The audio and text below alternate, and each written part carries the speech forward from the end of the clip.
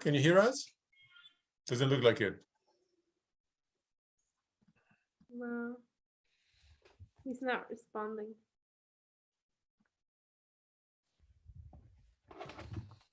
So we are now live on Facebook as well. Welcome. Oh, nice. Okay. Perfect. Welcome, everybody. Good evening. Such a pleasure to have you all on a super exciting and slightly different Light 'em Up session for tonight. I'm honored and grateful that we have Kamal Moukheiber from Bongani Cigars joining us tonight. And Kamal, well, welcome, first of all. I can't wait to hear more about your projects, about Bongani Cigars and your unique story within the premium cigar industry.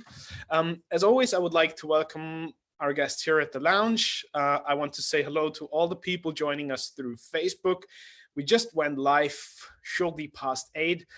Please feel free, Kamal, to also share the link. You will find us on Cigar Journal Facebook page. To all you guys out there, please feel free to ask your questions. Put them in the chat box here in Zoom, or just raise your hand. And over on Facebook, if you type your comments underneath the video, I will make sure to have your questions raised and answered by Kamal. So without further ado, Kamal, such a pleasure to have you on the call. Where are you at the moment, if I may ask, and how's the situation over where you are? Looks okay, like a place, though, I have to say. So what? It looks like a very cozy place and comfortable. Yeah. It might come as a surprise. So Reinhard, thank you very much for having me on. Very excited to share the Bongani story with everyone. Now I'm in Spain, bizarrely enough, because when the lockdown happened, I got caught here and I couldn't go back to Maputo. So I am currently in the mountains in Spain, which is suddenly Maputo has this very alpine look. But of course, the team and everyone else is in Maputo, and actually I can work from here very well. So that's where we are. So Bongani Cigars, I don't know if all our people that are on the call are familiar with Bongani Cigars. We usually have so many fantastic people from the industry joining us, but tonight feels a bit different, not as super exciting. Like, this is even more fun, I think, because we get to share something that is new, like a new twist to the premium cigar industry, because Bongani is the first African premium cigar, and you are the father of the whole project and the idea, the founder of it. How did that thing come to life? Yeah. Well, look, basically, I was already based in Mozambique in East Africa. I have prepared some maps, which I'm sure we would share. And when you think of it, it is actually crazy that Africa hasn't been producing cigars. You know, Africa has excellent soils, excellent water. Africa has been producing top quality tobacco for 150 years. Surely everyone is familiar with the Cameroon wrapper and much, many other varieties. So it's actually crazy that Africa has all this time been selling, all these countries in Africa have been selling the raw tobacco instead of putting it together and producing a top quality cigar in Africa. So I happen to be in Maputo in Mozambique. Perhaps I can show you. Shall I put a map on the screen right now? Yeah, absolutely. Please feel free. Okay, let me do this then. Hold on. Where is the slideshow? Yeah, I think it's lovely to get a little insight into what it is and where we are in the world, since this is not your usual Dominican Republic, Nicaragua, Honduras, Cuba spiel, but something entirely different. Yeah, absolutely. Absolutely. Hence the elephant, and perhaps we'll discuss later on so our logo, by the way, is the elephant because we wanted people to immediately understand that this is an African cigar, and our elephant is raising the Swahili spear in celebration. Okay. So this is Africa. Africa has 54 countries, and we are here. This is Mozambique and the blue circle. Maputo is at the very bottom there, so we are based there. So I was there, I was living there on a totally different reason, totally different project in real estate. And one evening, I was there with my family, and we had a visitor, the cousin of my wife, and ex-wife, and she says, "Why don't you guys go out and have a few drinks?" So we go out, and we're having fun and drinking a bit too much, and I see this guy smoking a cigar, and I thought, and I don't know why I had this idea. Wow, I mean, this so much makes sense. Why Mozambique has been growing tobacco for a long time. Here in the upper tip, don't know if you can see my mouth in this area here in Manica. All of this is full of tobacco plants, except that they grow the tobacco and they sell it as it is for cigarettes or potentially cigar manufacturers, but mainly cigarette. So why not put it all together and have and see if we can produce a cigar? It all started as what I thought would be a side project, but then bit by bit, so many coincidences happened, so many good ones, that I thought I have to make this my main project in life. Normally, whenever you're doing something like this, you have so much more obstacles and headwind as opposed to good coincidences happening. One of them was, so I started the project thinking it's going to be just a small little thing where we will sell a few cigars in Maputo to a few bars and just have a bit of fun, because of course I love smoking. And then by mistake, I fell on the biography of Roberto Mondavi. Now, the Americans, if we have some Americans among us here, Roberto Mondavi is the guy who started the wine industry in America in the 70s and 80s. At the time, the wine market was controlled by the French and the Italians. And they would have explained, you can only make good wine in France or Italy because, you know, the grapes are like this and the soils are like that and whatever. And he brought in all the technology from France to California to grow an excellent wine. And famously in the late 80s, there was a blind tasting in Paris. And the wine that won was his wine. An American wine won in France. And that was like a complete earthquake. So he went on from there to create a fantastic business, which, by the way, he lost twice. Amazing story. And as I was reading this, I thought, that's the vision. That's exactly what I should be doing. I should be growing. We should be rolling cigars in Mozambique, and offering them across the African market and beyond. The point is, at the same time, as I'm sure you all know, the cigar market has been opening up a lot. So 30 years ago, your average cigar smoker smoked always the same thing at the same time of the day. He probably wore a three-piece suit and was in his 60s. And there was no way you were going to get him away from his Cuban. Today, your average cigar smoker is younger, is a corporate, and is open to trying different things. That was one big trend. The other trend is cigar smoking in Africa is growing a lot. You know, you will hardly find an African guy in his 20s and 30s who doesn't smoke cigars, doesn't love it. And by the way, that also includes, sorry, I should say, some African women as well. And final trend, I believe that there is a strong interest for African top quality luxury products. So you put all this together, and that's how Bongani started. Of course, and then there was a whole host of other coincidences that happened at the time. So that was the idea. Then brings us to the Dominican Republic, so I had to constitute a team. I know, how do you start with this? So what I did is I went to the Dominican Republic, and in order to hire a few cigar rollers to come with me and join me in Maputo so we can start this project. Of course, I needed to get the best talent I could find in order for them to join me. And we'll get to those pictures in a minute, but this is Anthony. Anthony is our head of production. He's got 12 years experience from a General Cigar. He was one of their best cigar rollers there. I had to convince him to leave his wife, his family, his country, and his job to join me in Maputo on this crazy project. All of that in Spanish, which I spoke and still do relatively poorly.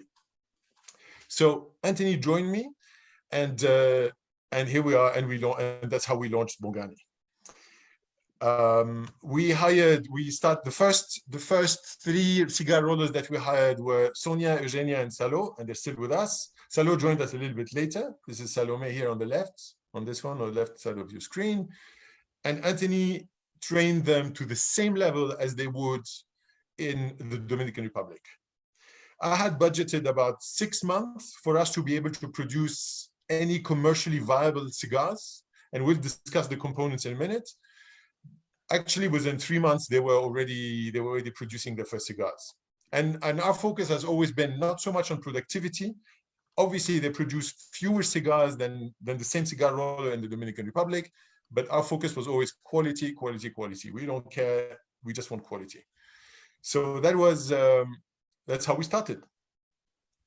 That's amazing. Kamal, I was wondering, how about your personal story with cigars or the world of fine wines before you actually started the project? Because you mentioned the whole Mondavi story and that Bordeaux battle and the huge, like, that scandal back then, and that being an inspiration for you. But did you always have that lifestyle part within everything you were doing? I know you were a banker before that, right?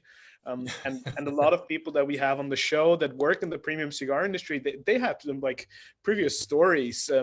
Rocky as a lawyer, a lot of musicians, Matt Booth, which we had on Sunday, designer, also into music, and so many different influences and like impacts and life stories that come together here. How about yours? Yeah, my life story, you're right. I was an ex-banker. I worked in the city in London for 15 years, sorry. So yeah, my background is totally in finance. And indeed, when I went to Mozambique, it was based on actually a real estate project that I had developed.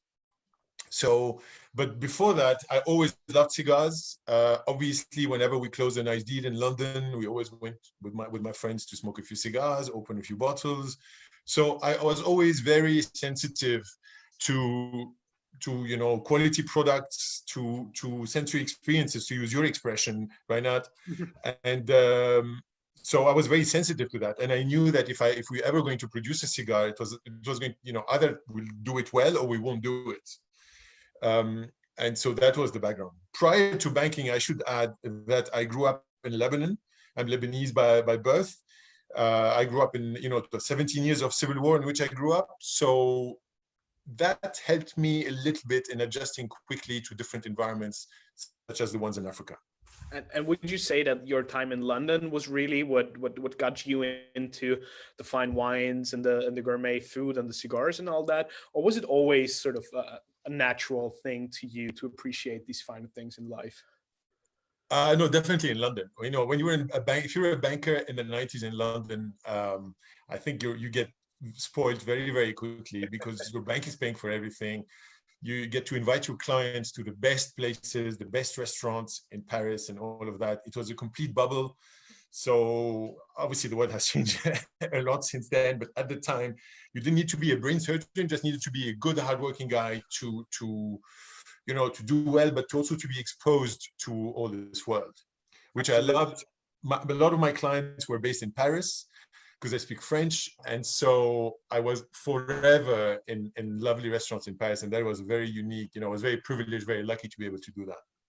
I mean, I worked at the American Bar at the Savoy myself and lived and worked in London for quite some time. It is certainly a mesmerizing city and a totally different lifestyle. But why would you give up all that and risk your previous life, the good life, and do something as bonkers, with all due respect, of course, but start the first African cigar brand? Well, that's a very good question.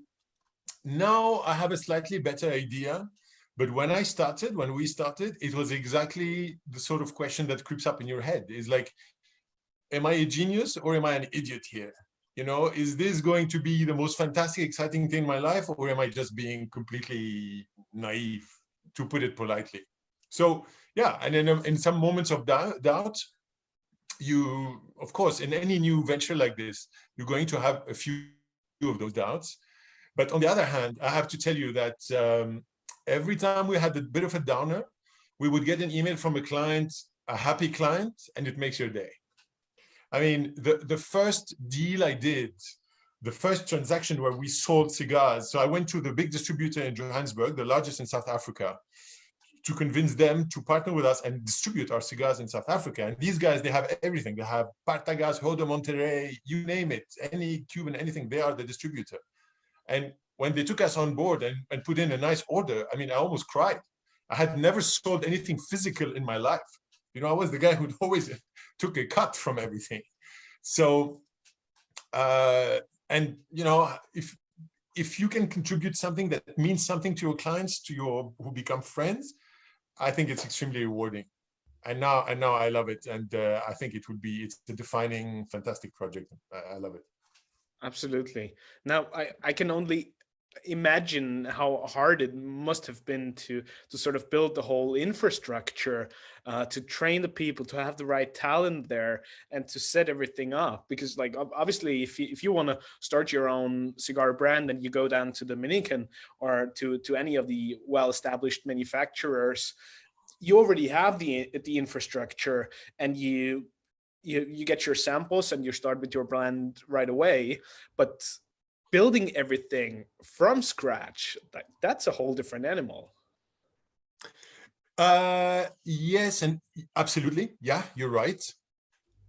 At the same time, I would say you are creating more value ultimately if you can get it done. But keep in mind, to be fair, that a lot of the key components were already there. What we had to do were bringing them together. So, for example, a wrapper, which is the all-important bit, you know, and if you're going to build a cigar, a wrapper is from Cameroon. I'm sure you guys will know that the wrapper on the Eye of the Shark, Arturo Fuente Eye of the Shark, you know, the best cigar last year, not this year, the year before, the wrapper is from Cameroon, is the same wrapper we use. So a lot of the components were already there. We just had to put them together. And yeah, and then train our cigar rollers, and encounter a lot of obstacles along the way, for sure. I mean, we were forever climbing, you know, one mountain after the other. However, I would argue that our biggest issues are logistics, not so much production and not so much sales. It is in the middle. And I very often say to my clients, the most stressful thing, so maybe the most stressful thing is if a client doesn't want your product, but actually there's one more thing that's even more stressful, is when a client wants your product and you can't deliver. Get it. Right. And you know, like, oh, I'm sorry, my shipment is stuck in customs or whatever. So logistics is a big part of what we had to iron out. To a certain extent now, it is mainly sorted, I would say, and for most markets. But we had one big advantage, is in Africa. So now we're growing outside Africa. We're starting in the US. That's a whole different ball game. Very, very exciting. But keep in mind that in Africa, we are very close to our clients. Where is the representative of all these Cuban brands in Africa? It's nowhere. So we have quite a bit of a head start, a lot of local advantages. And we gear our packaging and our product to our local market very, very much. We have a lot of questions coming in, and a lot of people applauding you and commenting on, like, we had Men's Emporium from Angola over on Facebook, and they said you're a visionary. We had a question from Sterling Summerall.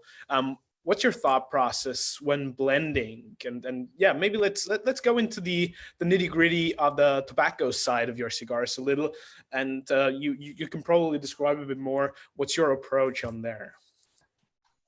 Okay, let me do this then. Can you still see my screen or not anymore? I stopped the screen share in the meantime, so that okay, yeah, no problem. Let me get you. Let's go down to a map of Africa, which I prepared here. This is Eugenia, one of our cigar rollers. Okay, so obviously the bottom blue circle is Maputo. This is where we are based. The top left blue circle there, this is Cameroon. Okay, so best cigar wrapper in the world, or one of the best in the world. Yeah, we source our wrapper from there, from a number of producers, and some of them, I mean, some of them are supply some of the best brands in the world. Actually, when we started, it wasn't them trying to sell us their product; it was us begging them to deliver to us their top quality leaf. On the left here, in the green circle, you can see Ghana. All our cigars are aged in cedar wood, of course, and all our cedar comes from Ghana. It's a very rich, very fragrant wood, and eventually it impacts quite nicely, I think, the aroma of our cigars. Okay. Now, in terms of tobacco growing, so here, I don't know if you can see my screen, is Manica province in Mozambique, bordering on Zimbabwe. This is a huge tobacco growing area with a lot of expertise growing tobacco. We did not have to reinvent the wheel. What we did is we brought seeds from the Dominican Republic. I have some pictures here. Here, for example, you could see San Vicente. That's as Dominican Republic as you're going to get. So we brought all these seeds and we grew them in Mozambique. We already had, some tobacco specialists ready to work with us. That was not too difficult. This is another example here, and this is some harvesting here. Now, having said that, we also buy tobacco from all over the world, but particularly, of course, from Africa.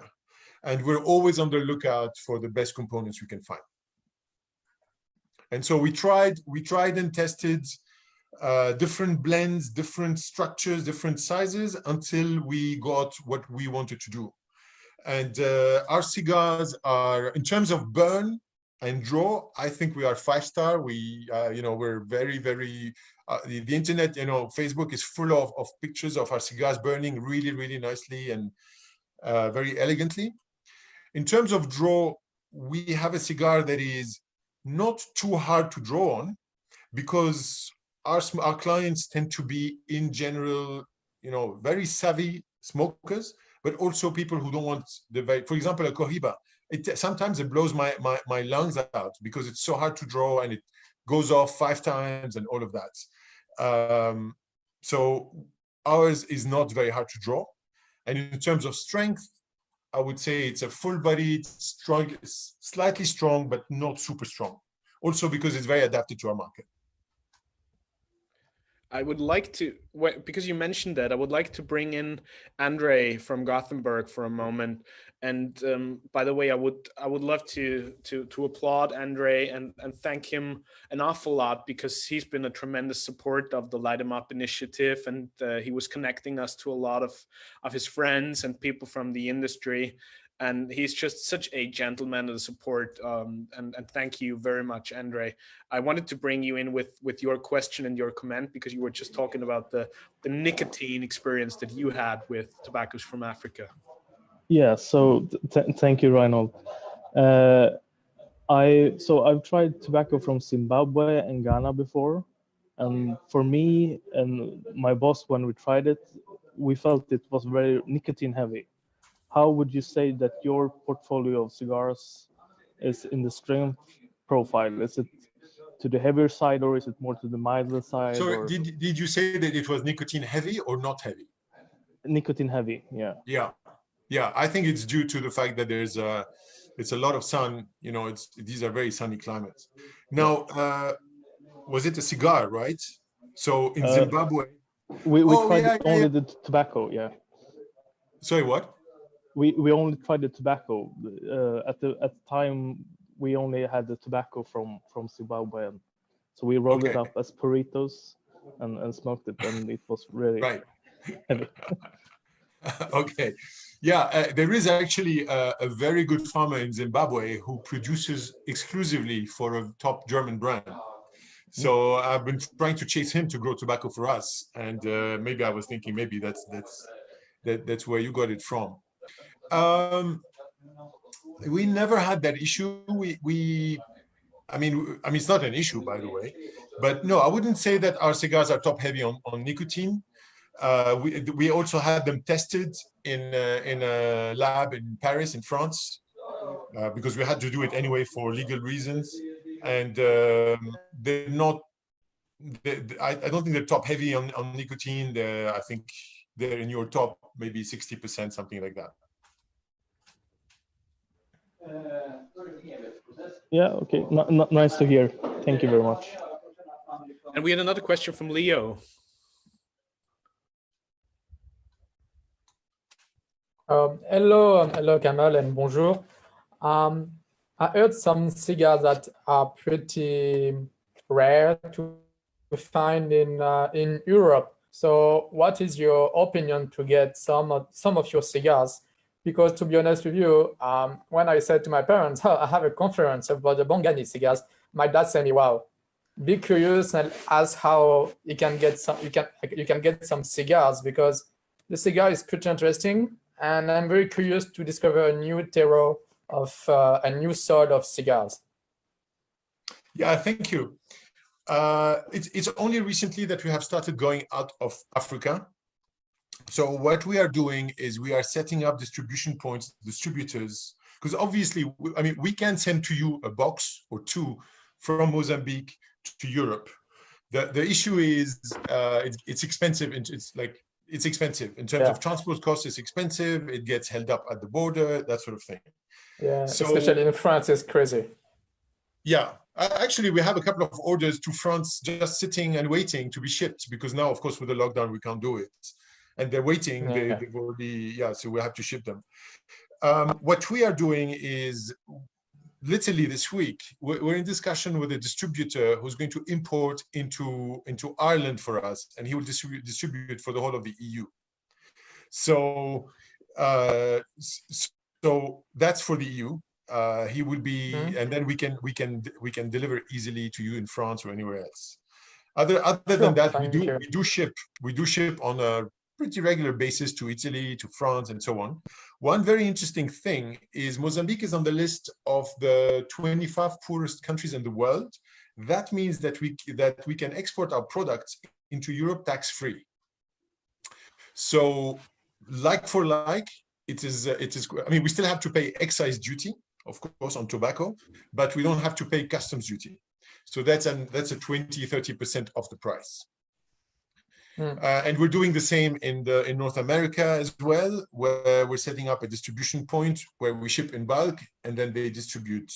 So, they fulfill orders. Because we're getting quite a lot of interest from people in the US as well, probably even more so than in Europe. Okay, thank you very much. Merci. Kamal, you were talking about the blending and the different tobaccos. Maybe let's go back to that a little more, and you can show us some more picture, and then we can go back to the Zoom lounge. Yeah. Sorry, that's our Instagram. I don't know. Let me switch it off. Okay. Let me see here. What do we have?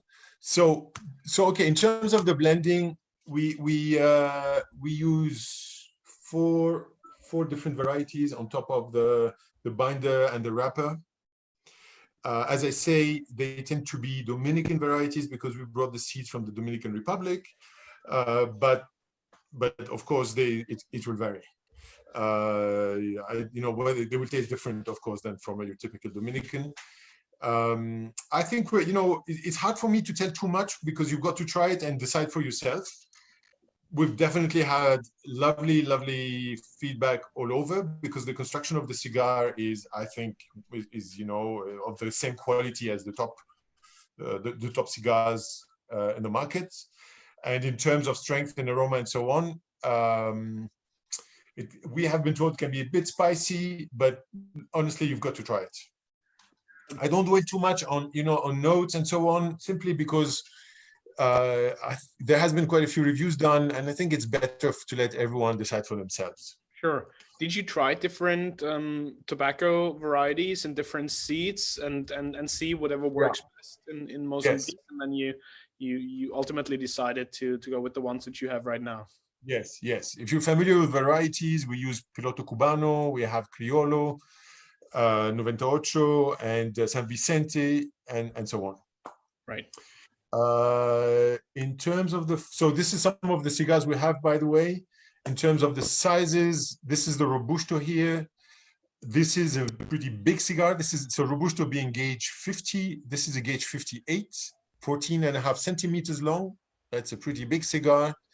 It's called the Bongani 458 long. And this one here behind the tube is the 458 short. That's a 58 gauge, 10.5 centimeters long. So that is very similar to the nub. If you are familiar with the nub Cameroon, that is similar in size. Overall, how many lines do you have in your portfolio? For now, we have these three. We have just three vitolas, 3 sizes, and they come in different packages of 20, of 1, and of 3. This is the 458 short, which is the one I mentioned. It's probably my favorite because it's very, very rich in aroma, and it's a lovely smoke. It's gauge 58. So how do you go about creating new blends or creating new lines and coming up with product innovation? Do you work on that yourself, or do you work with some of your experts down in the factory and you evaluate whatever you have on stock and then you take it from there? Or what's the process behind that?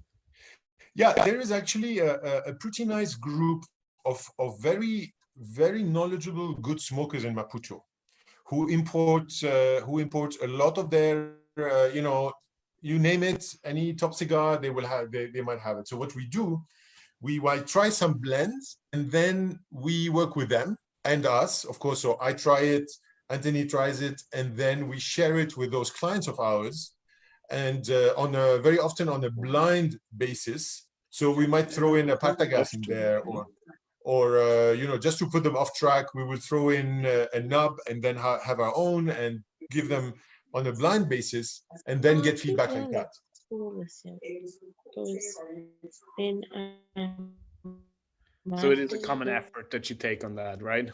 Yeah, absolutely. What do we do with stuff? But ultimately, also it's about. So on one side, you've got the cigar. You're talking from a smoker's point of view. From my point of view, it's also everything else. I mean, like once we've got the cigar, that's the fun part. Then you've got everything else. Is how do you get it to a client? What is your logistics? What is your supply chain?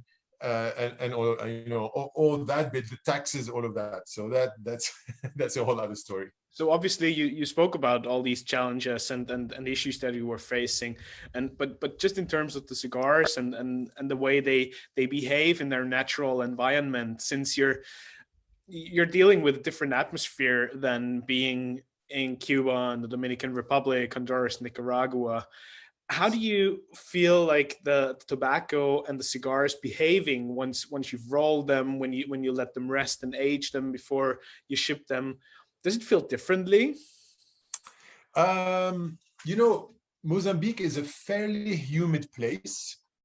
So the tobacco and the cigars, of course, we have a controlled humidor, but as an environment in general, the tobacco fares pretty well because it's quite humid. So you don't have to fight, so particularly in transport or even, when aging and so on, you're not fighting so much against a very dry climate as you would, say, in Europe. Most of the time, humidity is, I don't know, is a good 60, 70%, very, very often. Mm-hmm. One thing we have to be careful about is it can get very, very hot. So we have to control for temperature much more. Right. And then very often we're shipping north to Kenya or to these places, and they're even more humid. So it's actually a very good environment for tobacco in general. We have a great follow-up question on that from Ray, who's joining us from Leeds yet again. Ray, always a pleasure to see you on the show. How are you, my man? Yeah, not too bad, Reinhard. Thanks for having me, and thanks again for the great meeting. And yeah, good to see many familiar faces from around the world in that meeting. But my question, Kamal, is how long your tobacco being aged before you roll the cigars? Because basically the other countries in Caribbean basin, Nicaragua, Honduras, Dominican Republic, is not only growing tobacco, they also well known for the aged tobacco. Some farms have aged tobacco for years or even decades. Yeah, absolutely. I mean, that's also one of the challenges when you start, is that your tobacco is pretty fresh. So that's why I mentioned we buy tobacco as well, in order to keep that balance. And on balance, if you look at the tobacco that's inside our cigars, on balance, it's actually some of it, I would say, probably is at least 3 or 4 years old. Now, we are not in the market for your 20-year-old tobacco. That's a whole different market, obviously, and your 20-year-old age cigar, that's a different market. But our tobacco, we tried a lot with slightly younger tobacco and so on. You can sense the difference, of course. So, but I would say as a blend, on average, our tobacco is probably 3 or 4 years old, something like that. And then some of it will sit in our humidor and age more.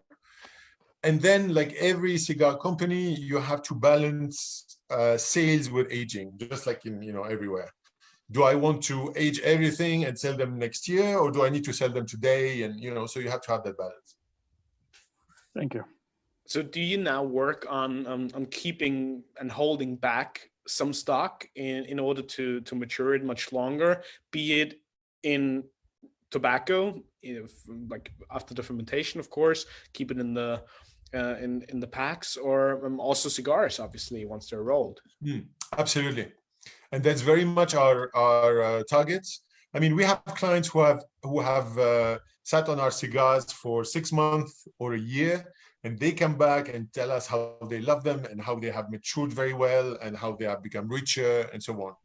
So we want to age our cigars more, for sure. Now, of course, we have to find a balance, and we also realize that many of our clients will age them in their own humidors.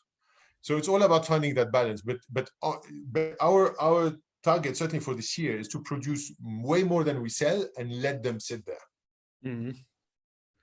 Could you probably give us a perspective on the numbers or the volume and the percentages that you want to sell right away, because you need to keep the business running, obviously, and how you go about keeping some stuff on the side for further down the road? Yeah, it's hard to tell, because maybe it's 50-50, but it varies a lot. I would say probably 50-50. Mm-hmm. But you have to balance many different variables. First of all, if you get a big order, are you going to say no to a client simply because you want to age them more?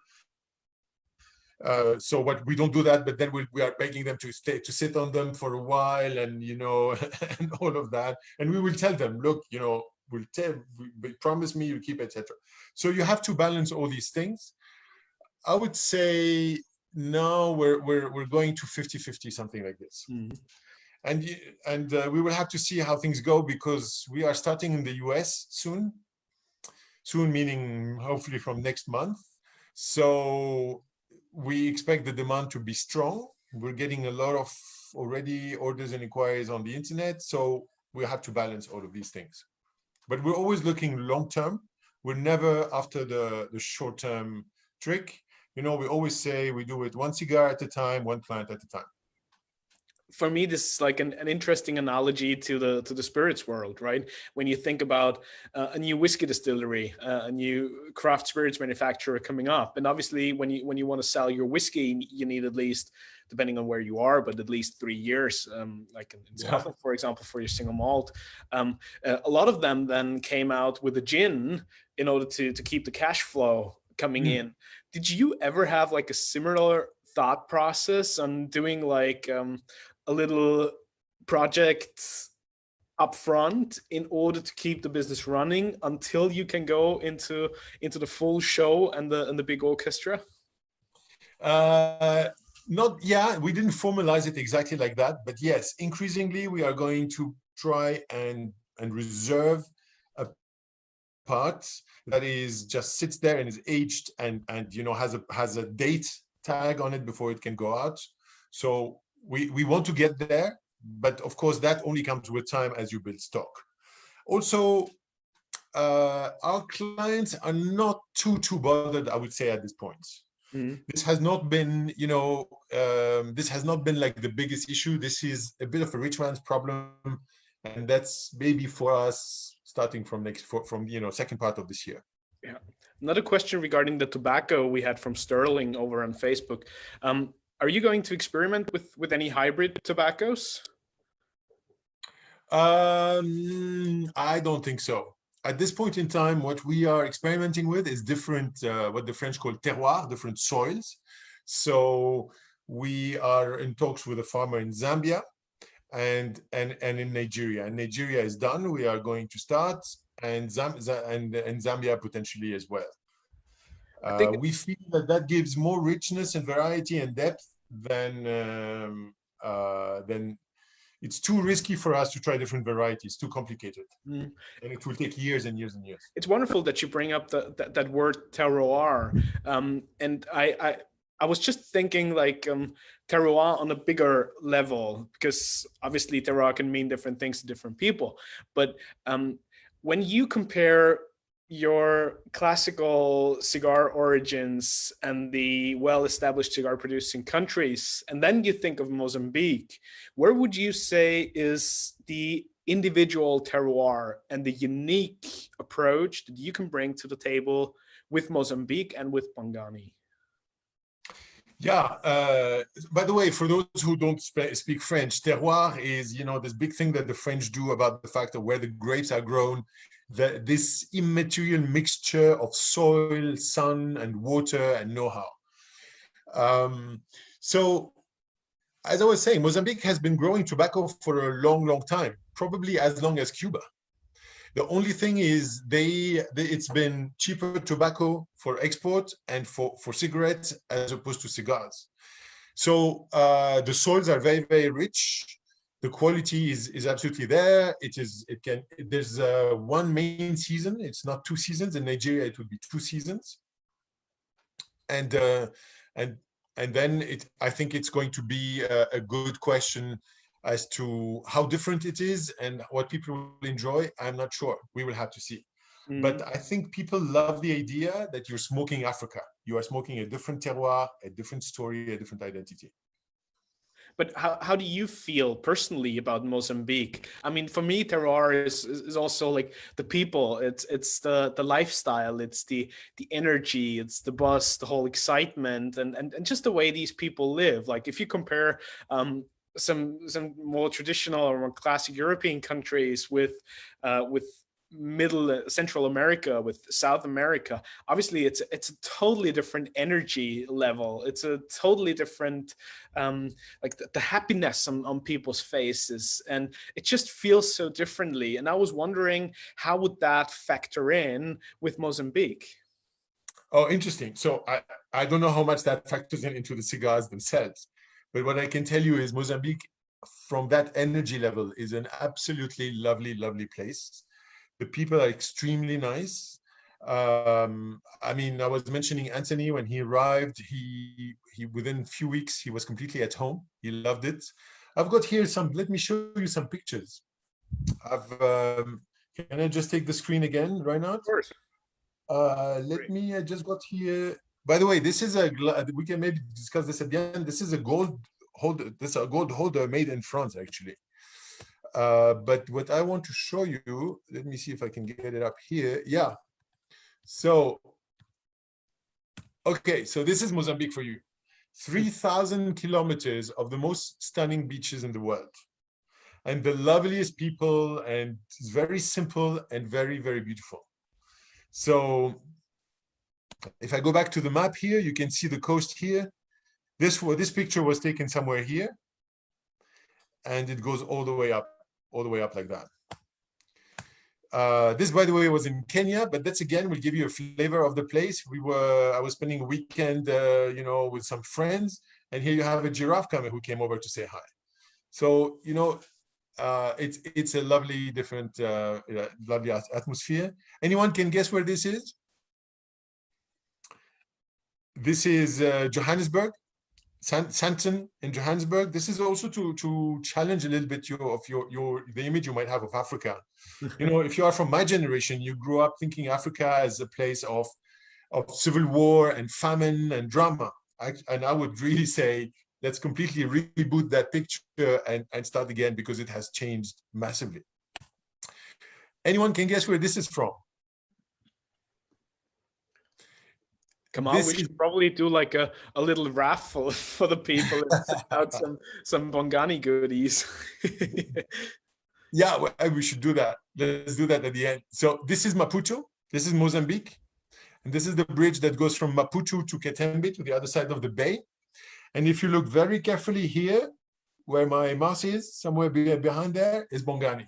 This is where we are, just behind that bridge. So the point is, I just want to challenge a little bit the image that people might have of Africa, that it's actually a very, very challenging, interesting place. It has lots of contrasts, of course, more poverty, development, middle class, and the people are just exquisitely nice and have a great joie de vivre. Mm-hmm. Now, with the whole evolution of probably a new middle class and a new lifestyle in Africa that you mentioned, do you feel like these people are really eager and yearning for local products like yours, or would they also, strive for the Habanos cigars and that Cuban smoke, and of course all the international lifestyle elements? Or is it a mixture of both? Yeah, no, that's a great question. That's a great question, and that was the key question when we started. How will people react to an African cigar? And will they, never want to let go of their Cuban, or will they be open to try an African cigar? So the short answer is they love it. Basically, when an economy goes up and becomes richer, the first thing is people want foreign brands. They want your Moët Chandon champagne and Hugo Boss and whatever it is. They want to show off with foreign brands. But as they become richer and more, they become richer and more attuned, what they want is brands that talk to themselves about their identity. Mm. So when you come over with an African product, and particularly an African cigar, they love it. And I would say 95% of the time now, when we approach a client in Africa with an African cigar, they immediately take it on. It's very, very rare that anyone would say, "Oh, no, only Cuban, only Dominican," and so on. Now, taking a little sneak peek into the crystal ball, do you see Bongani more as a brand really for African people, from Africa for Africa, or would you rather see the future in the international markets, obviously with your plans now for the US and then Europe, or will you try to sort of keep a balance and establish both at the very same pace? Yeah, Africa is, of course, our home market. So that's our first effort. In many of the African countries where we want to be, or we already are, we have teams on the ground, our own teams, like in Kenya, soon in Nigeria and South Africa and so on. But of course, the big opportunity is to break out of Africa, go to the US and Europe. Yeah. Now, a lot of people have a big yearning for African brands, either because they might be of African descent themselves, or simply because they've been there on holiday or whatever, they're just interested. Mm-hmm. And indeed, I would argue that African products, top quality luxury products, have a big role to play. Where are the African Hermes? Where is the African, okay, maybe not Ferrari, but whatever, or even the African Nespresso, mm-hmm. and chocolate. So what we have found all over the place is welcoming. People are interested, provided you have the right product, the right packaging, all of that. People are very much interested in and welcoming an African brand on their shelves. Another question that we had through Facebook is, what were the most popular vitolas amongst your clients that you have thus far? Yeah, good point. I would say, so we started with Robusto. That remains our most popular vitola. Very much the same size as the Partagas D4 and and the Epicure 2. Now we have adapted also the other vitola. So for example, the Bongani 458 Long, which is this 58 gauge big cigar, that is very popular in nightclubs and going out at night and so on. Obviously pre-COVID. now it's something else. So so that's how we came about with it. And then the 458 short, the nub is very, very popular in Africa, particularly in South Africa. So we went head on with that because in order to capture part of that market. Andre had another question regarding cedar wood. Very interesting one. So you mentioned before that you used Ghanaian cedar wood and that it was very fragranceful. And you said that it gave a nice aroma or flavor to the cigars. But so say, for example, I buy a box of Bongani cigars and I put the box in my humidor. Will that affect the other cigars I have, or should I put it in a separate humidor? Or no, it will not affect at all. No. It's just another cigar. By that time, you know, the cigar has its own structure, its own build, and it would not at all affect the rest of your cigars. Great, thanks. However, when you buy a Bongani box, there is a sheet of Ghanaian of cedar inside the box, separating the two, you know, the 10 and 10, the two rows, and you will smell it. Trust me, it's lovely. It's got a very deep, nice, you know, wooden scent. I think that's very interesting, Kamal, because we on the show with different manufacturers always discussed different types of cedar and the way they behave, and like even when we spoke about humidors and aging and the perfect environment and conditions of storing and aging their cigars, what would you say is the particular essence of that specific type of cedar? And could it probably play like a bigger role even in humidors and in other parts of the cigar industry? I think it's definitely used already in some humidors. It's got this nice deep wooden scent. I don't know if it's a little bit spicy or not. I'm not sure, but I'm pretty sure it's already very much in the market. Obviously, cedar from Brazil is highly quoted, but I'm pretty sure if you look a bit deeper, you will find a lot of cedar from Ghana. Mm-hmm. Probably not in the thing is, you know, it depends which type of cedar you're talking about, because you've got the cedar that will go inside. For example, our boxes are lined with cedar as well, but that's like, I think they call it MDF or something like this. It's just for the lining inside. Right. But here, maybe I can find a picture and show you. I mean, I'm sure you're familiar with how these things are stored. Where is it?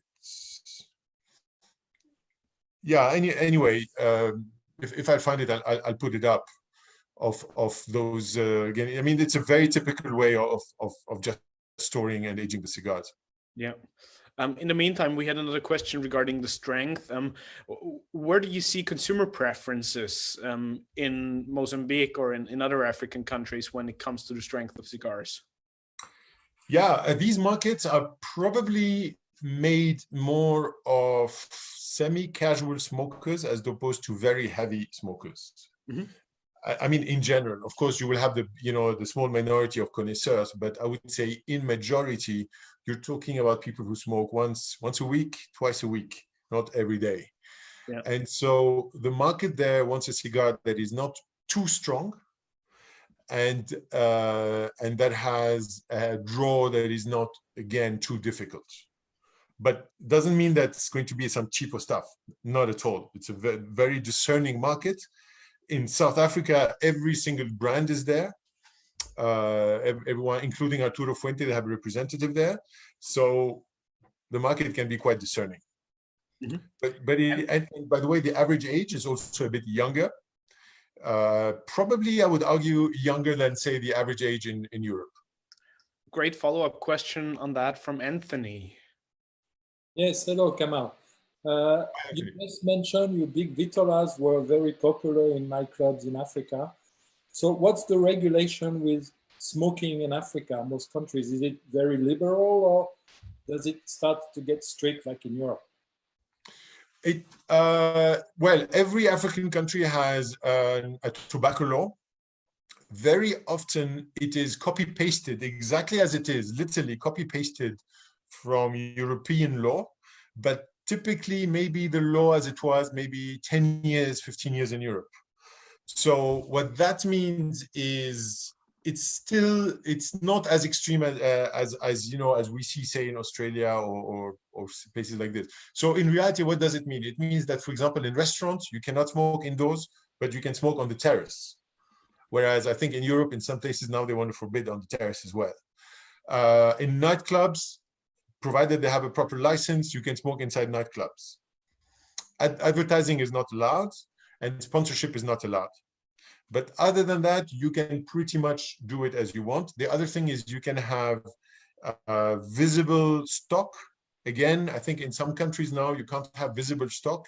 In Africa, in most countries, you know, whether you're a liquor store or a bar or whatever, you can have your stock, you know, your cigars there. We sell our cigars in glass tubes. So that works very well in environments where there isn't a humidor.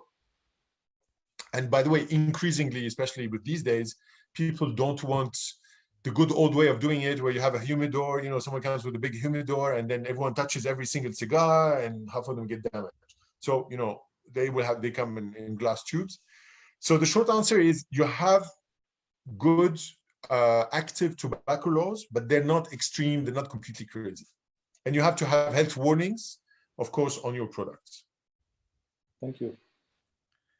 Now, do you have any plans on growing tobacco in different countries in Africa and see whether you could bring a different sort of terroir expression to your cigars with Bongani?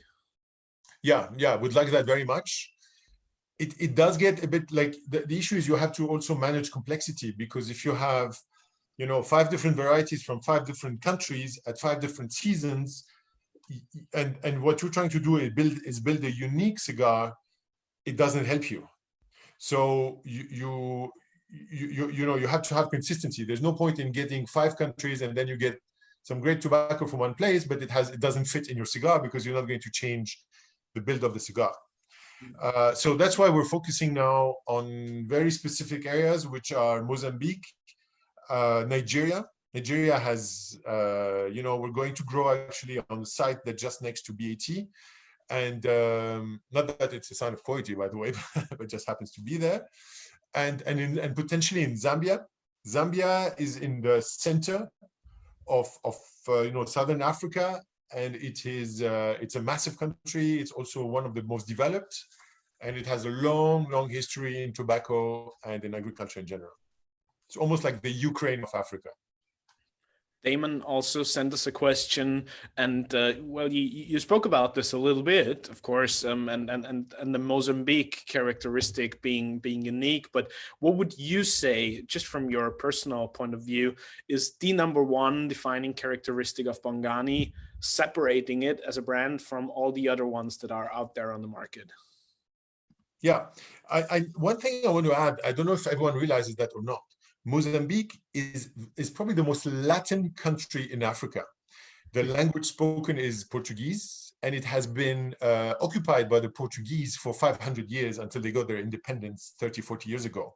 So it makes it actually in many ways in a bit of a look and feel not dissimilar to some of the Latin countries, but of course with a strong African component. Now, what makes us different? Obviously, we're very different, and I think in many ways that's an asset, because when you go into you know, you have to put yourself in the mind of a casual smoker of cigars, not someone who's like you guys. All of you are obviously, by the sheer fact that you are here, are very knowledgeable about this. But your average consumer is going to be less knowledgeable. Just imagine someone, man or woman, increasingly women, by the way, goes into a humidor, is faced with 30 different brands, and they all sound the same. They all are called Don Pedro, Don Ramon, Don whatever, all of them. No disrespect to our Latin friends, but it's not so easy to differentiate. And if you exclude the very top 5%, it becomes bewilderingly, you know, if you look at the $8 to $15 range per stick, there's a lot of offer and it's not so easy. And maybe, so when you come in, you might like it, you might not like it, but you will remember a Bongani is an African cigar. There's the logo is clear, the identity is clear, the naming is clear, and And then, of course, hopefully you will like it in terms of quality. Without the quality, you're not going to do anything, that's for sure. But I'm talking now about the positioning. And then a lot of people just want to smoke Africa, try a different terroir. So I think we have our place in that market that way. Absolutely. Great question from Johan. Always a pleasure to have this fabulous gentleman on the call. Johan, please fire away.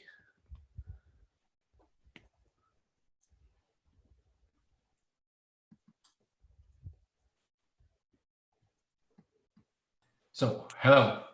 One question, Kamal. When I got it right, you have 3 to 4 people rolling cigars, right? So what is your yearly output of cigars? I mean, you're talking about United States, you're talking about Europe. How many cigars can you provide with a consistent quality? Yeah, no, I showed you the initial team. Now we have another team being at the tail end of training. Okay. But having said that, yes, very good question, very good point. And we remain, I don't like the expression, but we remain a niche brand for now, for sure. So let's be clear, when we say American market, we are not at this point going into every tobacconist in America. We are just supplying clients. You're absolutely right. We have to be very careful about this, and our volumes have to be consistent with quality that we can never touch. Yeah, absolutely. So we are on, we are not far from producing about 10,000 cigars a month. Okay, which is, depending how you look at it, is either a very small quantity compared to the very big ones, but is a non-negligible quantity, for an emerging business. Thank you. Is there a specific growth plan in how you would like to build this up over the next couple of years, especially with the opening of the US market now? Yeah, absolutely. We have a growth plan. Actually, the big market for us now, I mean, there's the US. Let's discuss the US in a minute. We are starting in Nigeria, and we're from 1 month from now. Again, I don't know to what extent you guys are familiar with Nigeria. Nigeria is 180 million people on the west of Africa. A very show-off, feisty, party-loving upper class. Huge consumers of French champagne. I mean, Moet et Chandon employ 30 people in Lagos, the capital of Nigeria. So these markets are very strategic for us, and we make a big difference there because we totally talk the same language. They are proudly African, we are proudly African. We totally talk the same language. So we are starting in Nigeria. That's actually for us like the next big thing, which is happening in May, June. We're just finalizing the regulatory side of the business. America, the US, well, I always thought we would start in the US in 2 or 3 years from now. And literally what happened is, I don't want to say, it sounds horribly pretentious, but basically the US came to us. Like we suddenly got bombarded with requests from the US that we were featured on the BBC. From there, Reuters took it up and did another feature on us. From there, Business Insider did one as well. It's all on our YouTube channels. So it sort of took a life on its own. And then people started approaching us. And of course, we're not going to say no. We're very, very proud to be able to supply, the US consumers. And there is a very, very active, fantastic African-American community in the US. And they totally connect. So that's the angle with which we are approaching the US market. Since you mentioned champagne, and we had a question from Leo regarding drink pairings, and as you know, like the whole sensory experience part is really what I love best, and creating holistic cigar experiences. What would be some of your specific recommendations when it comes to pairing your cigars with drinks, or maybe some snacks or other elements that could play into that holistic approach? Yeah, we've had, I mean, in Africa, people love pairing their cigars with cognac, probably more than anything else. So there's and we've some of them have been actually aging our cigars with cognac in in many ways. So that's been very successful, and I think that works very, very nicely. But I think the 458, the shorter one, works very well with coffee. Frankly, I love it with a daily coffee. And then I don't have a particular, one single experience to recommend or to push, but I would certainly say cognac. And I'm personally a big lover of single malt whiskeys, so I would be very biased not to recommend that. But that's slightly less present in Africa than cognac. But of course, I have my own favorites, single malts, so the Buna Habaim, a few others, so they work very well with the Bongalis, I can assure you. And let me finish with one thing. I don't know if you guys know or not, but South Africa is a huge producer of gin. I think there's like 300 different brands of gins and brandies in South Africa. Especially Cape brandies. Sorry, Lovely. what? Especially Cape brandies, like amazing stuff that is coming out of South Africa on the brandy level. Yeah. That's because of the Huguenots who were exiled from Europe back in the, I think, 18th century. And some of them, Protestants, right? And some of them ended up in South Africa and started producing there. So that's another interesting angle, is to pair an African drink with an African cigar. And that's something that's very much on offer to clients when they go on a safari or resort in South Africa or elsewhere, in Mozambique. Invariably, they were, that's totally what we want them to experience. Any like typical sort of fruit juices or local products from Mozambique that would be a beautiful pairing with the cigars? That's a good question. No, I don't. I would not venture that far. Right. Yeah. I don't think there's any distinctive Mozambican non-alcoholic drink that would work well. Did you probably explore like working with some of the spirits brands that you mentioned, or some of the different beverage categories, in order to like bring some more attention to the Bongani brand, or create some of these more lifestyle associated collaborations? Yeah, we already work with quite a few of them. We've worked a lot with Glenfiddich. We've worked with some of the champagnes. We worked with some of the non-single malt whiskeys as well. We regularly do it, but these tend to be more in Africa, I have to say. Obviously, not anywhere else at this point. But we work very regularly with them. They will send one of their ambassadors or specialists or tasters. We will typically have some of our cigar rollers. We like it very much when our cigar rollers interact with our clients. Yeah. We don't want to hire like some random salespeople to go and sell our cigars at events. We love it as much as possible to have our own cigar rollers be present there and talk with clients. And for many of our clients, keep in mind, particularly for African clients, to suddenly be interacting with an African girl who's a cigar roller, for them is a very unique thing. Not to mention that generally they buy their cigars and we've never met anyone behind those cigars. So we do a lot of that. So we also participate. Bushfire is one of the largest music festivals in Southern Africa. It's got about 100,000 people every year. Lovely, lovely event over 3 days, great music. And every year we are now a fixture of that. We are in the VIP lounge promoting the cigars, talking. Many of them are clients, they know us, we love that interaction.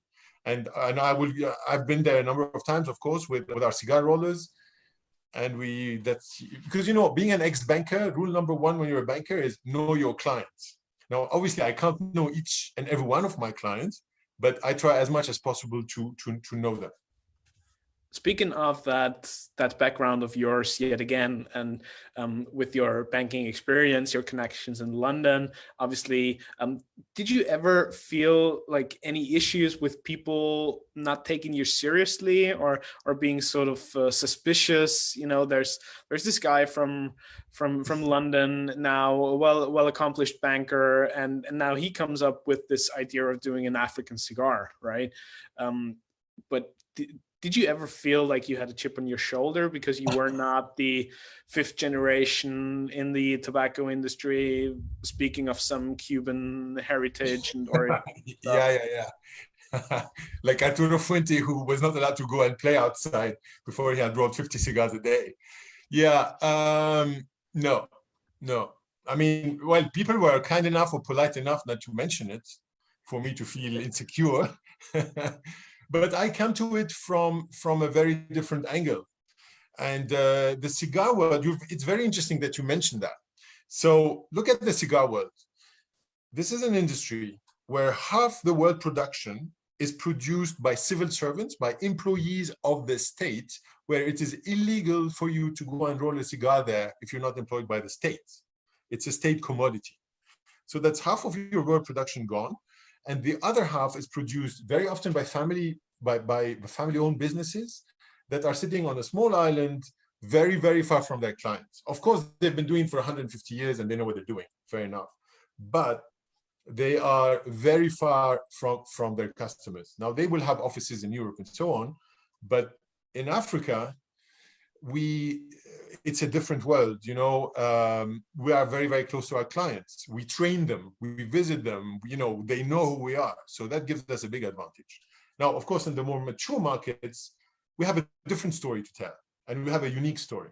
So that's the difference. But of course, we don't have yet 150 years of family history to showcase. Would you also say that because of the fact that what you just mentioned, your inspirations come from a totally different place? So do you look into what other people in the cigar industry are doing, or would you much rather stay away from all that and be like, here's my unique approach and let's do it all differently? Look, we are very humble, you know, and when Steve mentioned, you know, how many cigars we produce and so on, we know our place. But having said that, yes, we know what we're doing, and we are not trying to be something we are not, but we are also not trying to reproduce blindly what other people do, because, you know, as you very rightly pointed out, so not everyone, but in the cigar industry today, you go to see, you go, if let's say you raise capital, let's say you've got $10-20 million to invest, yeah, you go and see Plasencia, you go and see these guys, and they will do a cigar for you, and it's all about building it. We're doing it very, very differently, which is also why we haven't, for example, sent our cigars too often to reviewers and all of that, because that's not the game we're in. We are very much into knowing our clients, being close, bringing the product to them, producing a great product, and having to take care of all the chain and not just the one bit, you know, just one bit. Is your background in London and all the relationships that you built there, does it still have an impact on the way you conduct business now, or is it a totally different world with different players? I would say it's more similar than you would think, and the business practice at the end of the day is the same, and it is all about. It brings me back, you know, it's all about, are your clients happy? Are you keeping them happy? Are your distributors okay? So it is not direct contacts that I've developed when I was in banking, and some of them maybe thought for a while I was crazy. I think now they're like, maybe he's not that crazy. He's still a bit nuts, but not that nuts. But everything else in terms of business practice, how you run your business, how you develop it is very, very similar. Now, one last thing to keep in mind, you know, since we're discussing the business side, you know, from the time there's a seed in the ground, let's say in the Dominican Republic, to the time you have a cigar on the shelf in Johannesburg, there is eight different intermediaries. So we cut that down to 1 or 2. So that gives us also a very big strategic advantage. I keep on saying, harping about knowing your client, all of that, because we're just much closer. And we cut down a lot of those, a lot of those middlemen and added costs, which is also why, by the way, we can be competitive compared to those big factories. Absolutely. And I love the fact, Kamal, that just before you mentioned, it's really like a common set of values and beliefs that you would find in different industries.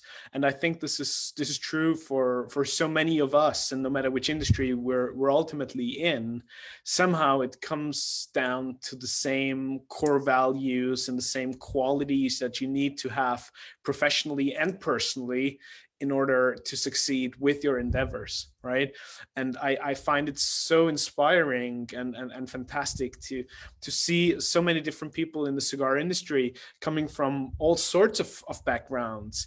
And then you obviously bring something entirely new to the table with the unique approach and an entirely new product, even though sort of playing in the same realm, but just a different perspective. And I think that's truly inspiring. And still, ultimately, it's the cigar that brings us all together and connects us with each other as brothers and sisters of the leaf. And everybody who was on the show was sort of commenting on that it's truly all about the people. And this is also what Light 'Em Up is all about. It's connecting people from all different angles of the world. And it means a lot to me that we have this opportunity together with you to introduce our global audience to an entirely new aspect of this industry. Yeah, thank you very much, Reinhard. It is all about the people. Our people, our cigar rollers are now all family. Bongani means be grateful in Zulu. And that's the concept that we love. It's important to, we all run around, we all have our stresses and obstacles and frustrations. And it's great when you can just be grateful, take the time to enjoy a cigar with friends and family, and just be grateful for what you have. Absolutely. What a wonderful statement. Gentlemen, ladies on the call, I can't thank you all enough for joining us tonight for this wonderful session together with Kamal and Bongani Cigars. I would like to let you know that, of course, as always, we have some stellar sessions coming up for you. So later this week on Friday, we will go live with Jeremy Castaldi from Castaldi Cigars. And we originally had Nick Melillo scheduled for Sunday. Unfortunately, he had a tragic circumstance within his family just yesterday, so he won't be on the show for Sunday, but we will have another stellar special guest on Sunday for you as well. And then Nick Melillo, and we wish him all the very best. And I send out my greetings to Nick. Be safe and be strong. He will be on the show a little further down the road and within the next couple of weeks.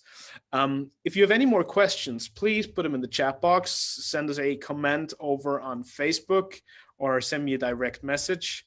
I have one final question for Kamal, and that is if you were to give your younger self a little tip or an advice, and be it the 18-year-old Kamal before you got into the whole business world and craziness of London, or even the Kamal who was a well-established banker and just before you started Bongani, what advice would you give your former self? Don't do all the crazy stuff I've done, but certainly start Bongani much earlier. I'm very happy having done it now. Equally, I could have started it a few years earlier, would have been even better.